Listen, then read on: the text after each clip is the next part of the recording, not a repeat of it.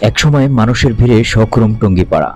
বঙ্গবন্ধুর জন্মস্থান এখন দিনের আলোতে ভুতুড়ে নীরবতায় ডুবে থাকে। সন্ধ্যায় জ্বলে না বাতি, রাত নামলেই এলাকা যেন সম্পূর্ণ অচেনা এক জনপদে পরিণত হয়।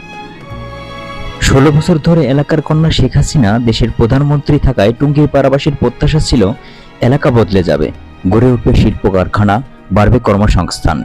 কিন্তু বাস্তবে তাদের জীবনযাত্রা থেকে গেছে আগের মতোই। জালের মাছ, কৃষিকাজ, বেদবাসের হস্তশিল্পের মধ্যে সীমাবদ্ধ।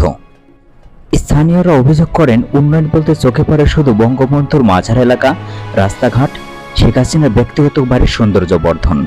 প্রধানমন্ত্রী এলাকার মানুষ হয়েও তাদের জীবনযাত্রার মান পরিবর্তন আসেনি। ধর্মীয়ভাবে বৈচিত্র্যময় নদী, খাল, বিল ঘেরা এই টুঙ্গিপাড়া আজও দুঃখ, ক্ষোভ আর বঞ্চনার বোঝা হয়েছে।